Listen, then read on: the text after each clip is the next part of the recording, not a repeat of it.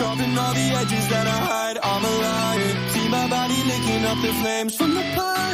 They can never kill me, so they feel me even tighter. Who remains without 40 in the strength? I'm a fighter, 50 in the faith. Take me higher, I'm a rise, but my demons like the tide. Blood moon, you in my eyes. Blood moon, white faint, light blue, my stains, night flame. Then it got into rose, yeah. Sun breath hit my wrist, blade fall like the mistake. Hands like a peak, yeah. Malachite, turn a tarnish to a gray side, yeah. Kiss it death, but I miss the way it tastes like, yeah. Through the frenzy and the flame, I keep the honor beside me. This faith will abide me, we're burning the tree. Sharpen all the edges that I hide, I'm a liar. See my body licking up the flames from the fire. They can never kill me, so they feel me even tighter. Who remains without 40 in the strength? I'm a fighter, 50 in the faith. Take me higher, I'm a riser, but my demons like a tide. Blood moon, you in my eyes. War horse in the crypt, a nightmare, great sword on my hip, in my head. I'm a riser, but my demons like a tide. Blood moon, you in my eyes. Don't wish for walls to talk. They scream until I left the room. Blood writing on the walls tells me I'm born inside a tomb. I don't cower, I just power back. Water breathing got me feeling like I swallowed glass. Form 11, lose a weapon, you don't see it. If you spy it, never try it.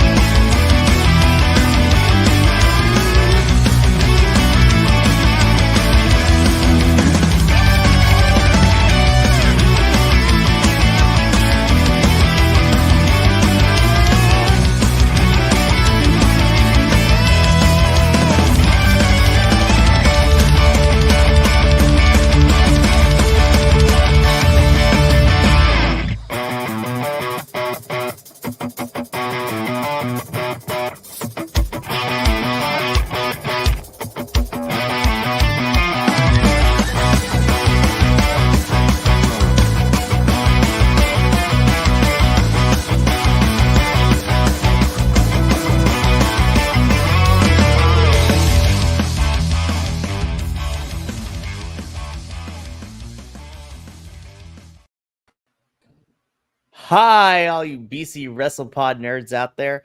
It is still early in the morning for most of us, but welcome to another rendition of your Dual Dynasty review, your weekly WWE review squad. I am one of your hosts, Mikey. Joining me this week is Minnie and questioning maybe the professor, but probably not. Who knows at this point?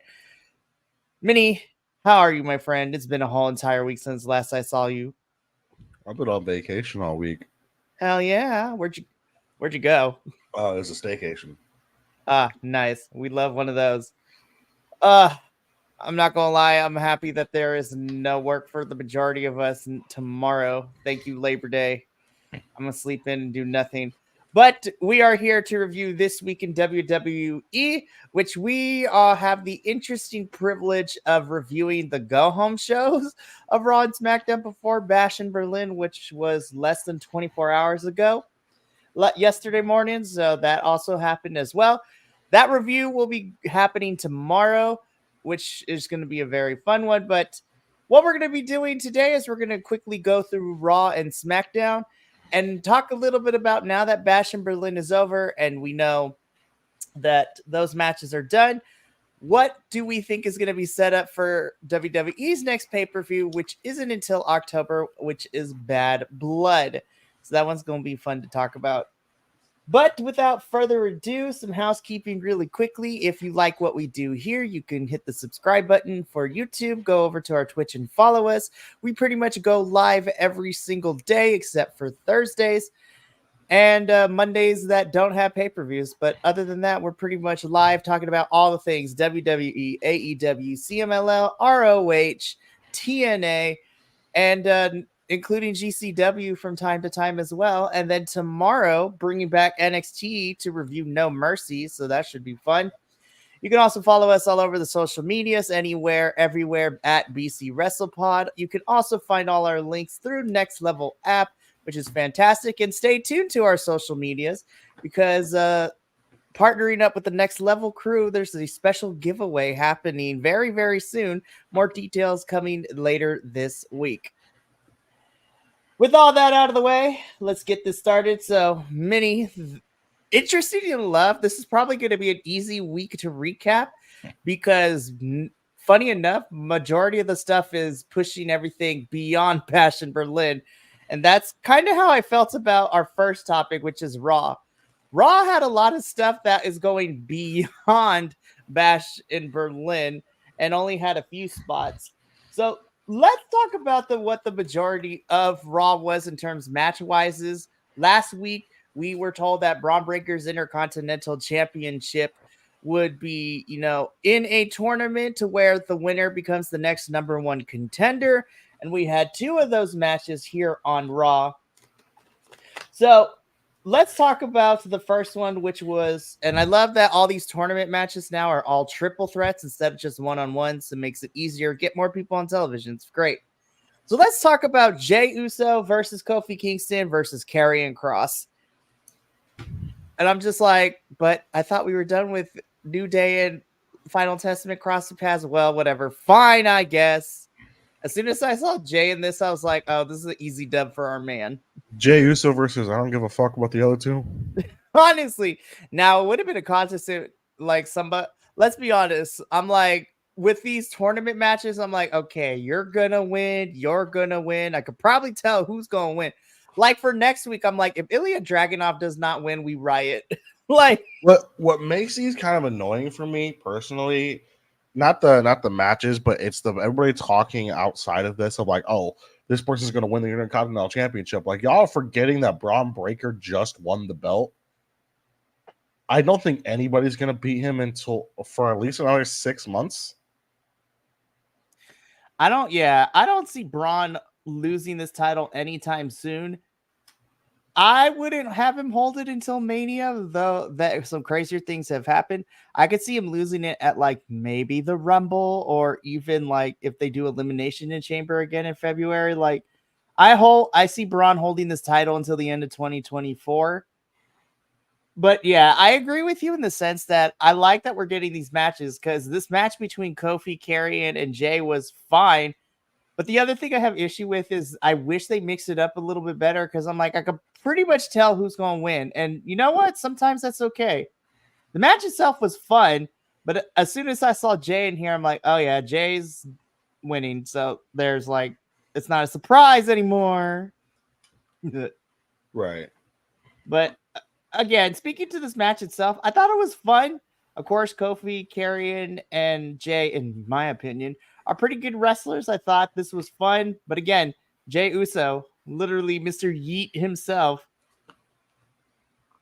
ends up winning, and he will be going into... And what's interesting about this tournament, too, is that the finals is just a fatal four-way, which is going to be interesting to have. So Jay is our first participant. Minnie, any additional thoughts of this first qualifying match that we had this evening? Was it? No, we all knew Jay was going to win because we don't care about the other two right now. Yeah, that's very fair. Which I hate to say because I love Kofi, but I do too. But Kofi, yeah, New Day and Final Testament have been in a very feud that is over now. But it's neither here nor there. Which then leads us into the second qualifier we had of this evening, which sees Mr. Pete Dunne, the bruiserweight himself, taking on The Miz and Xavier Woods. Once again, as soon as I saw these three, I'm like, as much as I would like to see Xavier win, I'm pretty sure we're going to have the bruiserweight win here. Now, I will say this was probably my favorite of the two matches that we had for the qualifiers, just because I feel that the three of them in the ring had better chemistry than what we originally saw. But again, the Bruiserweight ends up winning. He's going into the Fatal 4-Way Finals. So as of right now, we have Jey Uso and we have Pete Dunne in the first half. And then next week, or actually tomorrow on Raw, we will figure out our last two spots. So, Minnie, how did you feel about our second qualifier between Pete, Xavier, and Miz?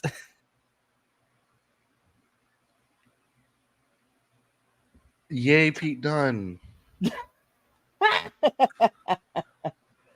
They have a PLE. I mean, we all know Braun's going to win, so I really don't care who he faces as long as it's a good match.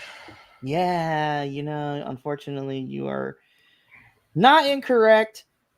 And I know I'm not incorrect. Come on, I went 5-0 at Bash in Berlin. Yes, which we'll discuss. Minnie ran away with the predictions league for Bash in Berlin. I only missed one because I chose against the Terror Twins, which ultimately was my downfall. And then Professor did not walk out unscathed. He got 3-2. So we gonna talk more about that tomorrow during our Bash in Berlin review. But again, so I feel that this week, in terms of our qualifiers, it was very straightforward as to who was going to be winning. And I kind of feel, because towards the end of the show, we got our last two matches set for tomorrow's Raw. There's only one match where I was like, it could be either way. But the one that's easy, well, I mean, both of them, you can kind of figure out who they would pick. And I feel like tomorrow's matches are a little bit more unpredictable, though. Predictable, if that makes any sense, because we have Ilya, Dragon Lee, and Dominic Mysterio. So ultimately, I think Ilya is probably going to win because I smell shenanigans with Dominic, and poor Dragon Lee can't catch a break. But I am happy to see Dragon back on my television. Yeah, also, shout out. Not dead, and I think it's going to be. Honestly, I think Dominic's going to win, but honestly, Dominic could be good. So I feel like this is better because it's unpredictable. Who knows who's going to win? Also, shout out to Dragon Lee and his wife having their first child. So that's why he was been gone from television for a little bit, because the birth of his first child is important. And then we have our last one, which is Sheamus, Bronson Reed, and Ludwig Kaiser. Again, that was unpredictable because I can make an argument for both of them, but I think it comes down to Sheamus or Ludwig, if I'm being honest. I think Braun's coming back. All three of them could win, but I think Ludwig wins. He's kind of getting pushed right now. I would love to see Ludwig, and we'll talk about him when we get to SmackDown, because him and LA Knight had a banger. That match was so flipping good, but we'll get to it. But yeah, so that concludes a good chunk of this. We also had Braun Strowman and Bronson Reed not even get an actual in-start to the ring because Bronson Reed killed Braun Strowman on top of a cart. Which I was just like, I miss these types of things. Love those two. I love them. Hopefully this continues to build in a mid-card monster, feud that we can have for Raw for a little bit, and I'm here for it. But then the last match we should talk about, at least for this topic, before we get to the other aspects of Raw, is the in-ring debut of Uncle Howdy as a singles wrestler going up against Chad and Master Gable as our main event for Monday Night Raw this week. I'm going to go back to what I said before about this with on the actual podcast. I'm excited to see all of White 6. Wrong opponent. Mm-hmm. That's all it is. I wish he would have started against somebody else. I agree with you, because I felt that once they beat American Made, I was like, okay, so we can move on. We can figure something. Oh, no, we're going to continue to feud with them. Now, the only added dimension that I'm potentially excited for is the fact that Ivy and Nikki Cross could go up against each other, and I would see that because we haven't seen Nikki or Ivy really get a chance yet. But again, Chad keeps losing to Wyatt 6, whether it's a 3-on-3 or 1-on-1. So I agree with you, and I hope that we won't stay around American Made versus Wyatt 6 for too long. But again, we're not in charge of Raw. So that takes care of the match portions of Raw. Let's talk about some of the other stuff that happened. So let's talk about the storyline developments. Because once again, we were visiting Judgment Day versus LWO for some reason. And I'm just like, you guys, we left this behind in 2022. Why are we revisiting this? Because it's an easy feud to push after after Terror Twins. Because, let's put Ray against his dad for the 1900th time, which I'm okay with because Rey Mysterio is wrestling like he's fucking 33 again. Those stem cells are helping, bro. Well, I'm just saying, we had this feud in 2022. We were over it. And I don't know if it had to do with the fact that we were going international for this. So we are like, let's just try to figure stuff out to get us to Bash in Berlin. This helped the reintroduction of Dragon Lee because he came back after Judgment Day started beating up LWO, which then led into a Judgment Day versus LWO match in which the Judgment Day won, which is important because that sets up what happens at Bash in Berlin with the Terror Twins. And Liv Morgan getting involved in this happens. So, again, I hope this was just a one-and-done thing. I really hope we don't do Judgment Day versus LWO again. But after what happened at Bash in Berlin, it seems that we're just going to continue Judgment Day versus the Terror Twins, which I'm all here for. The other story development that happened here is, ramping it up between Drew and CM Punk. Drew cutting this promo against CM Punk, which continues to set up their match for Bash in Berlin. And then Punk is just like, yeah, nah, we can't be doing this. So again, Drew just sets up what we're getting at Bash in Berlin, which we'll talk more in depth about tomorrow. And then the last thing is that Zelina Vega has returned, and she ended up helping Damage Control get a win over the Pure Fusion Collective. And One so of the now, worst fucking tag names. They could have gone Team Scissor Kick. That would have been way better. well, obviously for reasons, we don't want to do Team Scissor Kick, so to speak. But It's a martial arts thing because they're all badass martial arts women. We could have came up something like martial artist related. That'd be really fantastic. But for shout out to Robert back once again, the homie who has been supporting us the last couple of days. It's fantastic. And Damage Control, he says Damage Control needs to break up. So I think in the long run, I agree with you, Robert. The problem right now is you have Asuka and Dakota out on injury. So if everybody can stay healthy for an extended, story period, they could. Then we can break them up. But right now, Dakota's Kai's knees are about as fragile as my mental state. Yeah, and with Dakota and Asuka out, that only leaves Kyrie and Io, which means that I think once everyone comes back, then we can break them up. And don't worry about it, Robert. We go pretty late on Wednesdays for CMLL, but you can watch the VOD because it was a pretty fun show.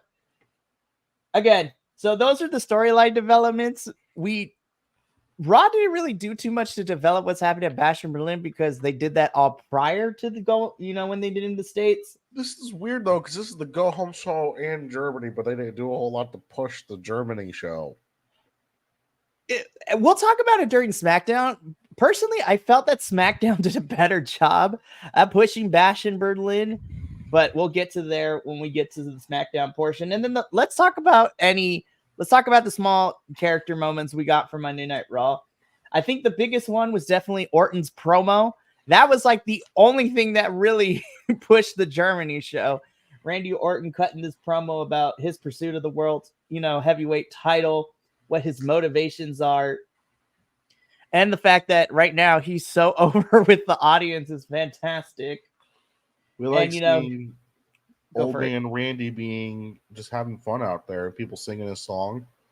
Oh my gosh, I cannot wait to talk tomorrow because he stopped the match. He did the wave with the crowd and everything during his match with Gunther at the beginning, which we'll go into more detail tomorrow. But again, Randy was one of the few people to push the Berlin show that was happening literally later in the week.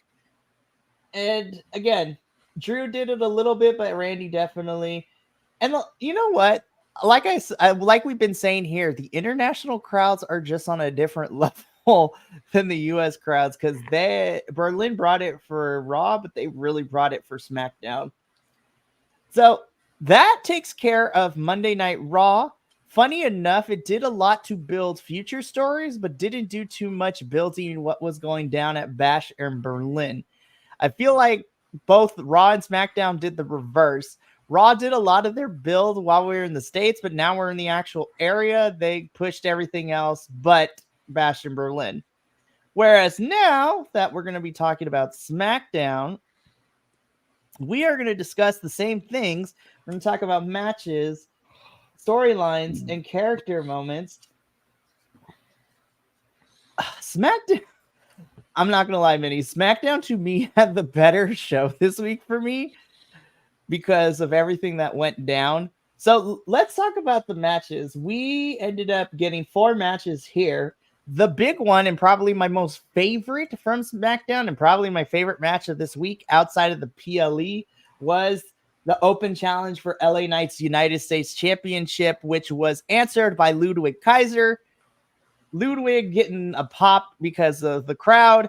And my God, this match was actually fantastic. And the fact that this is one of the few times that LA Knight got booed was kind of interesting to watch too.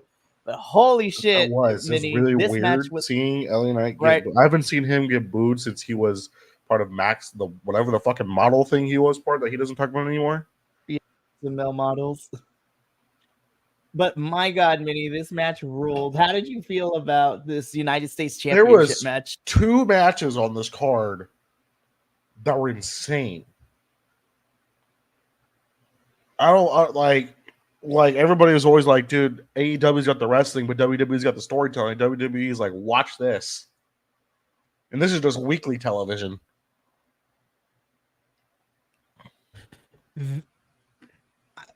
My goodness, there's not enough words in the English language to describe how happy I was watching this match. LA Knight's always fantastic. I'm a big LA Knight mark. I don't care what anyone says. But the fact that Triple H continues to put Ludwig Kaiser in these awesome spots, and even in losses, he looks strong. Ludwig definitely is going to be holding a title. I'm calling it now. I think he's going to be holding a title at some point in 2025. I'm like, this man is doing the work. And then on top of that, since we are talking about Ludwig, his other stablemate, Giovanni, is making his debut on SmackDown next week. So now we have Giovanni entering the scene on SmackDown. And if anyone knows anything about me, I love all of Imperium, both Ludwig, Giovanni, and Gunther. I'm excited for Giovanni to get a push on the main roster because that man is amazing. When he was by himself in NXT before coming back to main roster, that man was awesome and he can wrestle. So I'm super excited to see how we push Giovanni. But flowers to Ludwig. This was amazing. LA Knight wins. He is still your United States champion. But I am super happy that since LA Knight is champion, we get to see this thing defended more than we did with our previous champ, which, you know, we're not going to go too much about it. So then, you know, we get Legado del Fantasma versus Apollo Crews and Baron Corbin, which, you know, we're continuing that feud for some reason. Legado ends up winning. You know, I don't mind this. I like seeing Apollo and Baron on television. I just hope that I'm just hoping we don't run into the same problem we did with New Day and Final Testament over on Raw with this feud. But Minnie, do you have any thoughts about this continuing feud between Legado and Baron and Apollo? Don't make it boring, please. Give us some Apollo Baron love and don't treat this like New Testament, whatever the fuck the New Day feud is. Yeah, this is... Yeah. I think they won't. At least I hope they don't. But we'll see what happens. I don't think Apollo and Baron are quite done with Legado yet. But then we get into round number 4 of the Andrade and Carmelo Hayes feud. Again, another banger. These two can never have bad matches, in my opinion. Carmelo Hayes picks up the victory, and now we are tied 2-2. This is another match that was just like, this is all weekly television? But these are my favorite kind of matches where it's like a series of matches that people put on against each other that is really good. I know Andrade had some of those in his first run with Rey Mysterio. We had the Malachi Black versus Buddy Murphy back in the day that was really good. Now we're getting this. I'm like, come on, can we get more of this? Can we get a series like this on Raw? We were for a minute when we had the Viking Raiders, and their big men were doing big men slap meat things and having great matches every single week, but then everybody got hurt. I know both of them are hurt, which is unfortunate. But in a recent update, it seems that because Sami Zayn is also taking some time off, and I saw a picture of Sami Zayn visiting a stem cell research facility where Ivar is also going to as well. I'm telling you, man, stem cells do wonders for the body. So that's where everyone is going. So, but again, with Andrade and Carmelo, now that the score is tied to 2-2, I'm wondering if we cap it at 5 or we continue to go a best of 7. But I cannot wait to see. I would love to see if we end up capping it at 5. I would love to see their final match to be like the opener of Bad Blood or something like that. Put this on a pay-per-view because I think it deserves it. But Andrade and Carmelo can continue to feed the children, as the kids say. And it was fantastic. But now, Minnie, let's talk about our main event because we had a women's match in our main event slot for a Smackdown, which made me super happy. And this was a Berlin street fight for the WWE Women's Championship. Michin taking on our champion, Queen Nia Jax. And look, I knew this wasn't going to be a technical masterpiece, but I'm a sucker for a good gimmick match, and this gave me everything. Michin coming down with the shopping cart of weapons made me super happy and was just grinning from ear to ear. And this was a really fun street fight. So we'll talk about Tiffany in a second and the surprise that happened in the end. But Minnie, how did you feel about not only having a street fight, but a women's street fight for a championship in our main event of SmackDown this week? I mean, it's cool to see the women's belt be used, and it's good to have a women's match. I'm not going to disagree there. Unfortunately, should have had a better contender because I like Michin. It's cool. We knew who's winning. Right. And I think that was the only big critique I had because in the back of my mind, as much as I love Michin, we already knew that she was no threat to Nia's championship.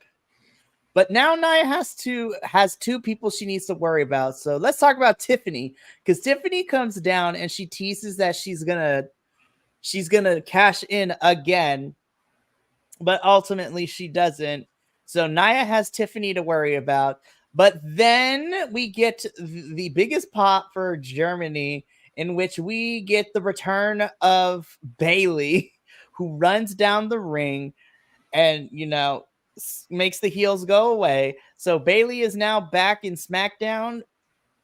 Do we see a Nia Bayley rematch? And if so, where do we see it?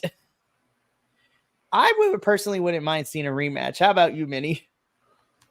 I wouldn't. I mean, Bayley she deserves a rematch. The champions get a rematch, so she's going to get one. I just wonder if that match is going to get diluted with the with Tiffany. I feel like Tiffany's going to turn on Nia Jax and cash in on her. I feel like that's what's going to happen. It seems a very Tiffany Stratton thing to do. That is very, very true. I honestly think I would be. I'm not gonna lie. I'll be very surprised if Nia is still champion by the end of 2024. But I think Tiffany cashes in. I think Tiffany cashes in at the end of 2024, becomes the champion, and then starts 2025 as champion. But who knows? We don't work at WWE, and Papa H is doing all the booking, so we'll see what happens with all of that. That covers all the matches that went down on SmackDown. So let's talk about some storyline progressions that happened this episode. So finally, and I probably am going to catch some heat for this, but finally, we got some intensity to the Cody Kevin Owens match happening at Bash in Berlin because Kevin Owens finally adds what is needed, a little bit of pushback because I'm like, all right, well, I think this is going to be a good match. But the story is always the same with Cody. It's like, Cody, I respect you. Let's fight for that title. And Cody's like, cool, I will give you said title fight at this pay-per-view. It's all about respect. But Kevin Owens is like, nah, bro, like, I'm going to do what I need to do.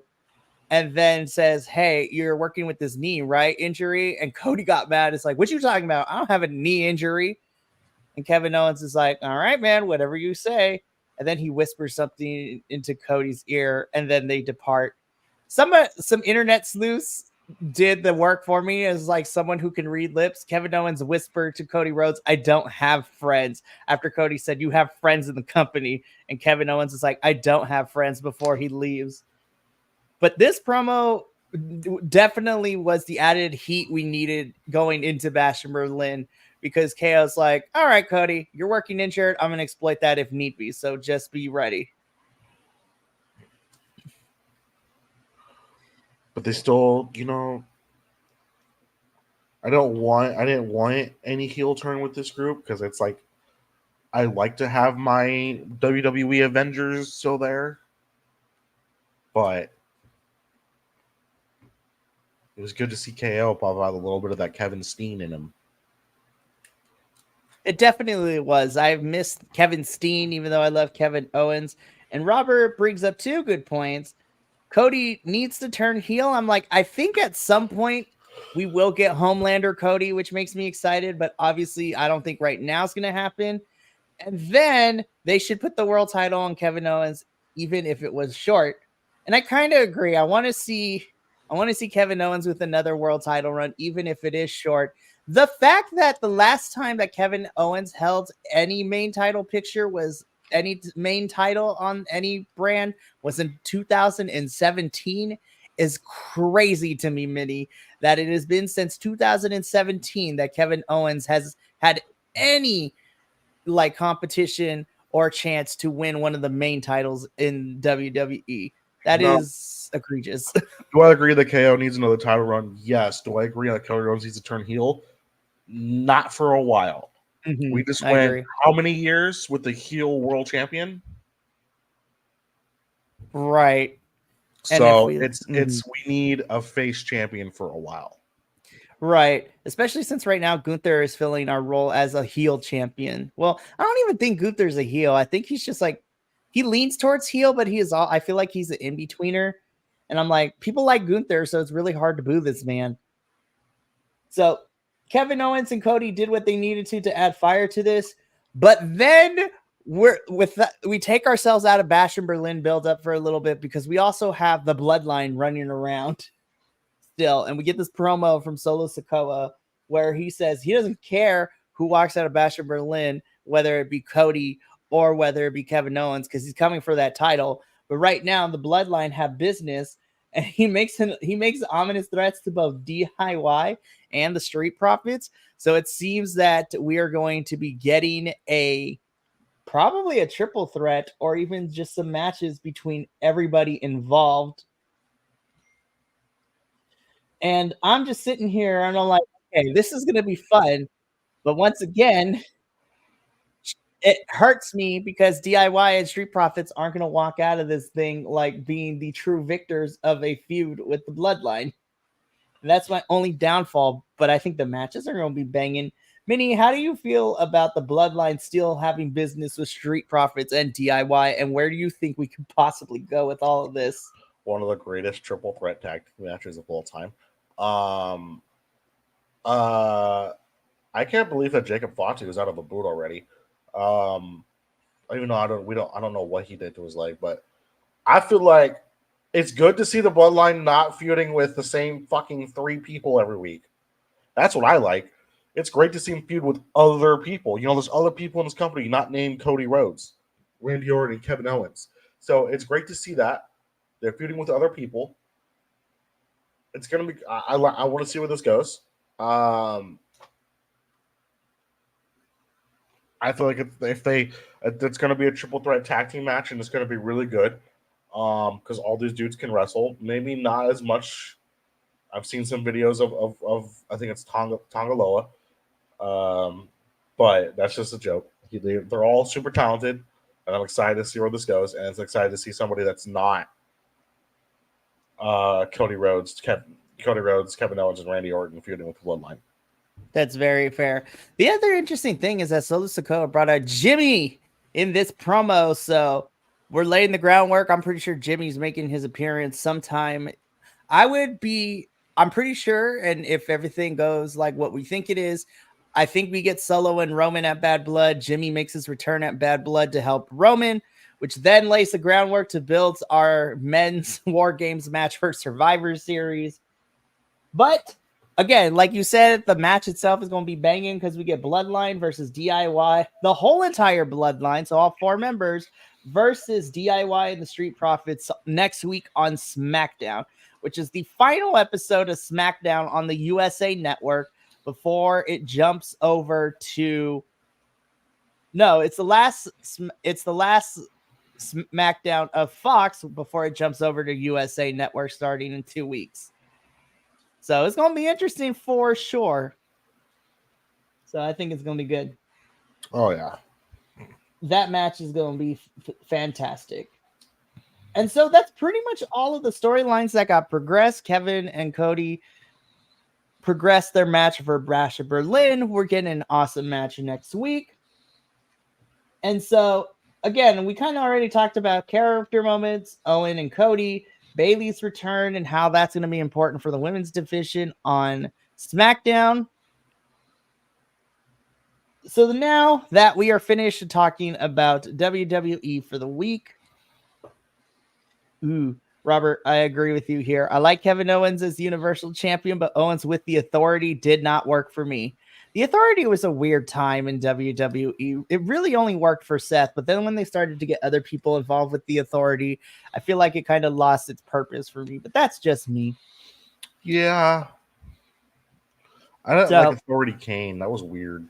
Yeah, that one was probably the worst part of it. I was just like, Authority Kane was weird. Like, I know he's going for mayor Tennessee, but like, come on, man. For reals. So before we get into our final section of what we're going to talk about, Minnie, how would you grade WWE, the go-home shows for this week? SmackDown gets a 9. Mm-hmm. I agree. Raw is like a 7. I agree. So total, between both shows, 8. I think so too. I think the go-homes were very fun. SmackDown definitely, I think, did better and was a little bit stronger this week than Raw, but I think both shows were fantastic. So now let's have some fun here. Let's do like fantasy booking here. So obviously we won't talk too much in depth about Bash in Berlin. We'll mention a little bit of it, but we will go in more in depth tomorrow evening when we do our official Bash in Berlin review. But now that Bash in Berlin is done and we've seen the winners and losers, WWE now has 4 weeks before we get to Bad Blood in Atlanta, Georgia. First and foremost, we find that Bad Blood will actually be starting at 3 p.m. Pacific, 6 p.m. Eastern, as to not go up against the UFC fight happening that same day as well. So TKO is making sure WWE and UFC don't overlap each other when it comes to events. So that is going to be fun. But let's talk about it. So, okay, the first one I want to talk about is I think for sure we are getting one more match between Drew and Punk. And I think, and this is going to be the culmination of what we've been getting so far. Drew beat Punk at SummerSlam with the guest referee. CM Punk won the strap match at Bash in Berlin. So I think we are getting a Hell in a Cell match for Drew and Punk at Bad Blood to kind of final put the nail in the coffin to this. Minnie, how do you feel about one more match between Punk and Drew? And do you think a Hell in a Cell is the right stipulation? I feel like their last match should be for a title. Ooh. I feel like that's where this needs to go. For a belt. So I feel like they're gonna get Gunther's gonna get involved, or somebody's gonna get involved with his belt. And then it's gonna culminate in them having our last blowout match at Mania for a title. Ooh, so we don't even have a match at Bad Blood between the two of them. I can see that too. No, I feel like there's a match that's going to happen at Bad Blood that I personally do not want to happen because I need them to go their separate ways, but I feel like it's going to happen. It's going to be the Wyatt Six versus Chad Gable's new group in a Firefly Funhouse match. Ooh, yeah. Ooh, see, now you got me thinking. Yeah, I don't know if too soon is the correct word, but okay, we're starting to put the Wyatt Six in the ring, which is fine and everything. But okay, if we have this match between Wyatt Six and American Made, I'm hoping that if we do have it at Bad Blood, then we are done for now and we keep them separate and have them go different ways. Because there are a lot of other targets on Raw that the Wyatt Six can go after. And I'm hoping that this is just me personally. I'm tired of seeing Chad Gable lose all the time. I want this man to win something, but that's neither here nor there. Ooh. Shout out to Nick, one of the homies and besties here for BC WrestlePod. It may be too soon for Howdy. I wanted on a PLE for his debut. Yeah. I feel like a whole Wyatt Six together as a group would be like together in one match will be a PLE debut, which is why I think it's going to be a Firefly Funhouse match at Bad Blood, because I mean it's the Halloween, it's the October PLE, and they're the big spooky group of WWE. They're gonna probably main event it, and they're gonna go with the easy feud, which is Chad Gable's group, or they're gonna have them start feuding with Judgment Day or something. Judgment Day versus Wyatt Six would be better, in my opinion. Yes, for me personally, that would be better, but I think they might just go with the easier side and go with American Made and the Wyatt Six. Yeah, that's what I forgot. I keep forgetting what they're called. Right. Like, what the fuck is their team? Like, I don't remember their team. Well, okay. Then now let's talk about Judgment Day. So if you haven't seen Bash in Berlin yet, this is your spoiler warning, but the Terror Twins did win at Bash in Berlin, beating Liv and Dominic Mysterio, even after the numbers advantage of the Judgment Day coming in and helping out. So question Minnie, so we have Damien and we have Rhea.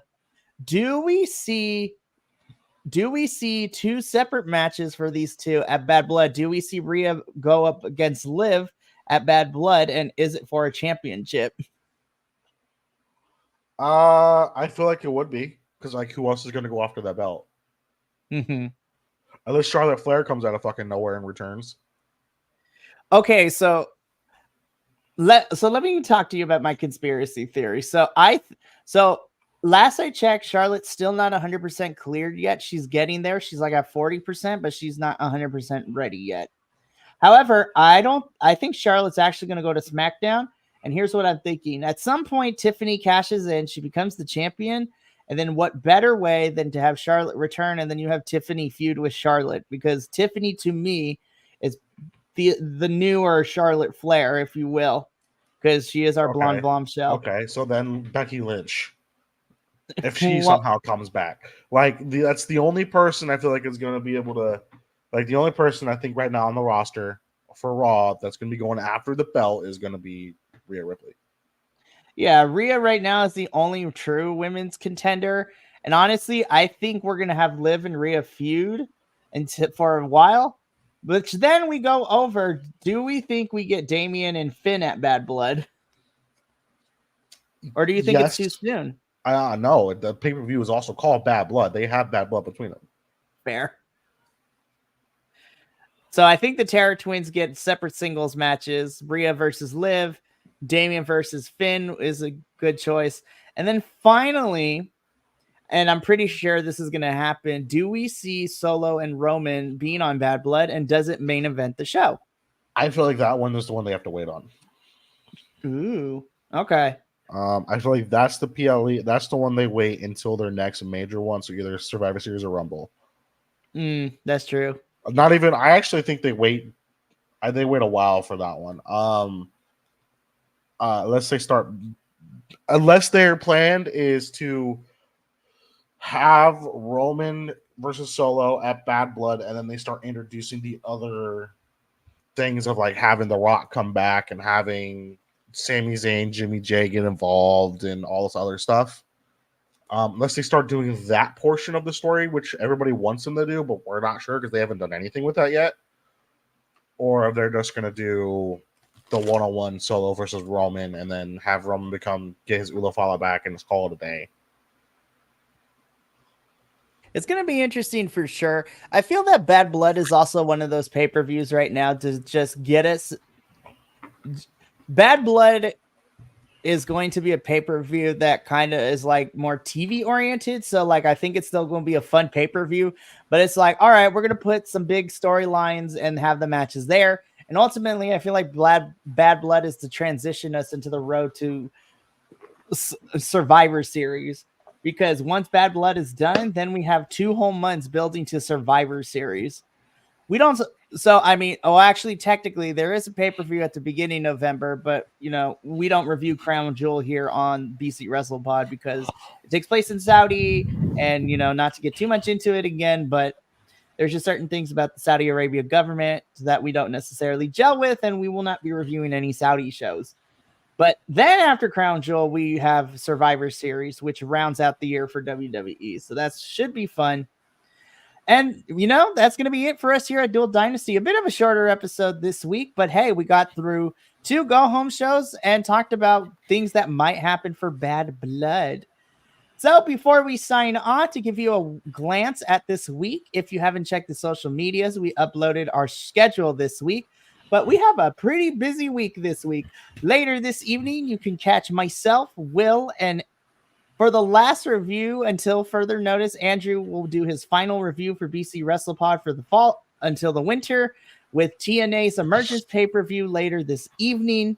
Tomorrow morning, you have myself reviewing NXT No Mercy, which is later on tonight. I'm super excited for that show. And then me, Minnie, and the Professor will be back later in the evening tomorrow to review WWE Bash in Berlin. Did we think the pay-per-view lived up to the hype? What matches did we like? What matches did we dislike?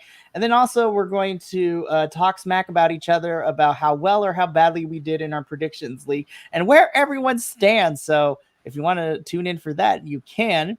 On Tuesday, we have our All Elite Ensemble review covering this week in AEW. Dynamite brought it. Rampage was fun. And Collision was actually pretty good. So, but we will see, because Dave Meltzer released his results and his star ratings for All In. And let's just say we're going to talk about that a little bit, because all of us are mad at some of it. So we'll talk about it more. On Wednesday, we will be reviewing this week in CMLL as we prepare for the anniversary show happening in 2 weeks. And then rounding out this week, Friday, we have the ROH and the TNA reviews. And then on Saturday at 4 p.m., for those of you who wish, you can join us on YouTube and Twitch, as the AEW crew will have a live watch along for All Out. So coming live from Chicago, Illinois. So that one's going to be fun. But that covers the week in a glance, and that covers it here at Dual Dynasty. So for myself, Minnie, and In Spirit, the Professor, as well as the rest of the BC WrestlePod boys, remember, take care of yourself, love one another, stay iconic, and more importantly than anything, you always deserve to finish your story. We will catch you tomorrow for NXT's No Mercy and WWE's Bash in Berlin PLE reviews. But until then, sayonara, adios, and Minnie, what do we say around here? Why do we do this? Yes, exactly. We'll catch you tomorrow. Laters.